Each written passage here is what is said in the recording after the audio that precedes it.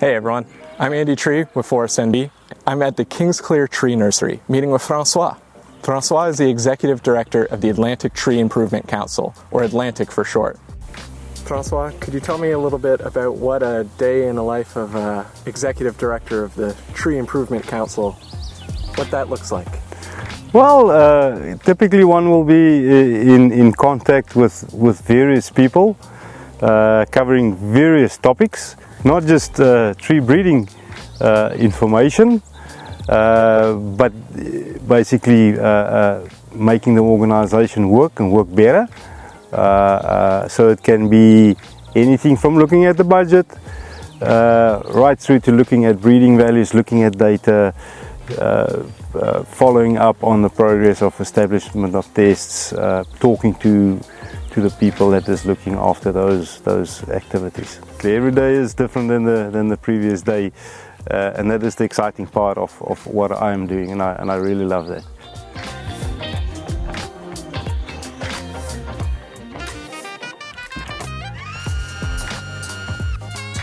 I've been very fortunate that forestry and tree improvement has given me the opportunity to travel the world, not just to go and see what's happening in other parts of the world, but actually to go and work there and live there, and work with different species, work with different people, different cultures. It's just absolutely phenomenal.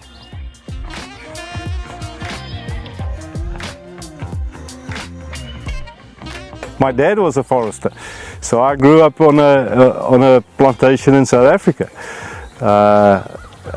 My mom's father was a forester. That's actually how he met my mom. So I basically grew up walking around, me and my brother and our cousins, in the forest from very young age, and it always intrigued me why there would be differences between trees, whether it's in the cones or the needles or the bark. It was always very interesting for me, and it is just, just evolved from there.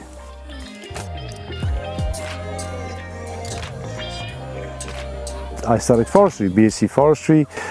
From there, I did not know too much about tree improvement at that stage. I did silviculture, operational silviculture, which is basically your planting of your forests and looking after your forests.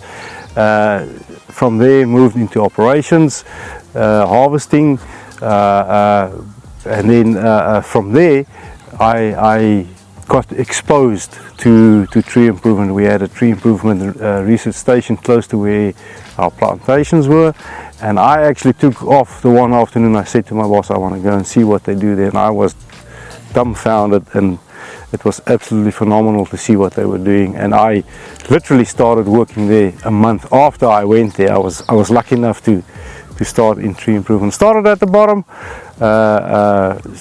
planting tests, field tests, measuring field tests, and so over time, obviously it goes with you have to study further if you want to get into the details of tree improvement. So I did study maybe about 10 years after I worked. I decided to go and do a master's degree in plant breeding, specifically looking at one of the subtropical eucalyptus species that's being used in South Africa. And then over time, as time went by, one day you wake up and then you're the one that knows the most. Not that you know everything, but people start looking more at you compared to when you were young and you were looking up to other people.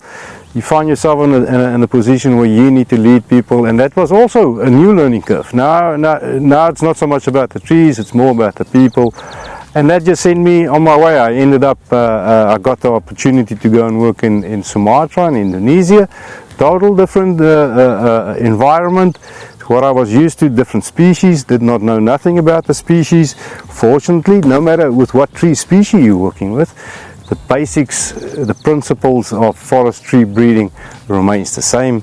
There might be slight differences in propagation and the way the trees are pollinating themselves and so on, but if you take that into consideration, the rules of the game stays the same, and that was also very exciting to go and work there. And after 5 years in working in Indonesia, total different environment to what is here in Canada, I got the opportunity to do what I'm doing today.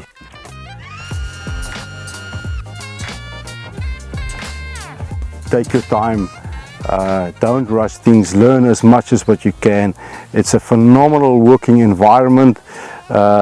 You don't find yourself just outside the whole time, rain or sunshine, but you bogged down in an office. So there's a lot of diversity in the work. There's a lot of different things to get your hands on, and it's just a phenomenal, diverse, exciting field to work in.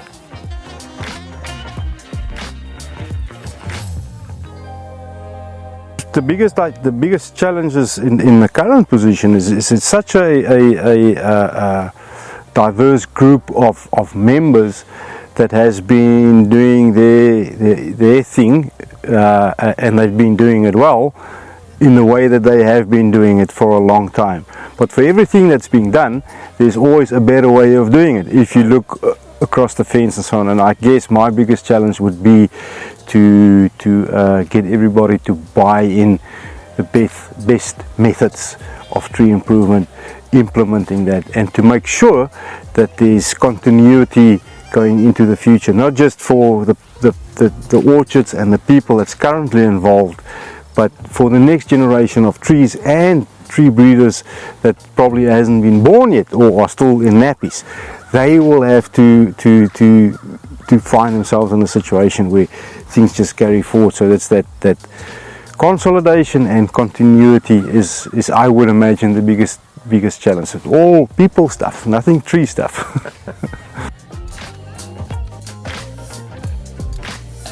We had a proven track record of increasing gains from the one generation to the other. Well adapted forests, healthy forests, productive forests, and that's what it's about. You know, maintain diversity and increase your yields. If that can be done, and it is possible, I mean, then you've done what is required of you as a tree breeder.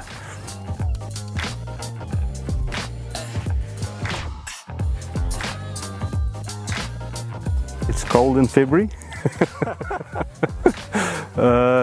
No, I'm enjoying it.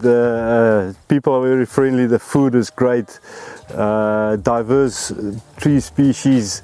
That's a bit of a challenge, but it's also exciting. Yeah, Andy, life is good, life is good.